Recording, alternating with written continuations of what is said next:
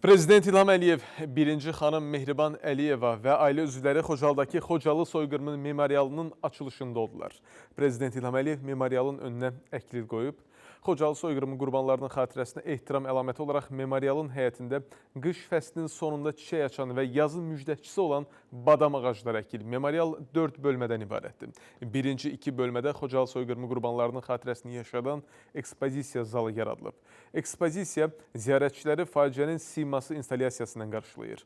Memorialın tavanı boyu uçan göyərçi maketləri isə bütün dünyaya sülh arzulayan Xocalının faciə zamanı qətlə yetirilən günahsız sakinlərinin xatirəsinə ehtiram əlamətidir. Ekspozisiya zalındakı Xocalı maketində faciə günündəki dəhşətlərə dair məlumatlar interaktiv formada təqdim olunur. Prezident İlham Əliyev memorialın xatirə kitabına ürək sözlərini yazıb, daha sonra dövlət başçısı, birinci xanım və ailə üzvləri memorialla tanış olublar və Xocalı ictimaiyyətinin nümayəndələri ilə bir araya gəliblər. Bugün bu memorial kompleksin açılışında Xocalı sakinləri iştirak edir.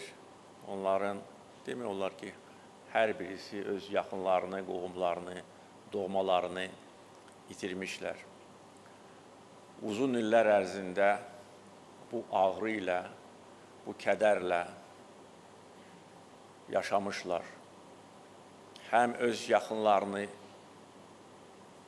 itirən, öz torpağını itirən, öz doğma diyarından didərgin salınan insanlarda görə nə qədər iradə olmalı idi ki, bütün bunlara dözə bilsinlər.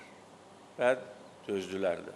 Çünki onları saxlayan inam idi, ədalətə inam, dövlətə inam, ordumuza inam.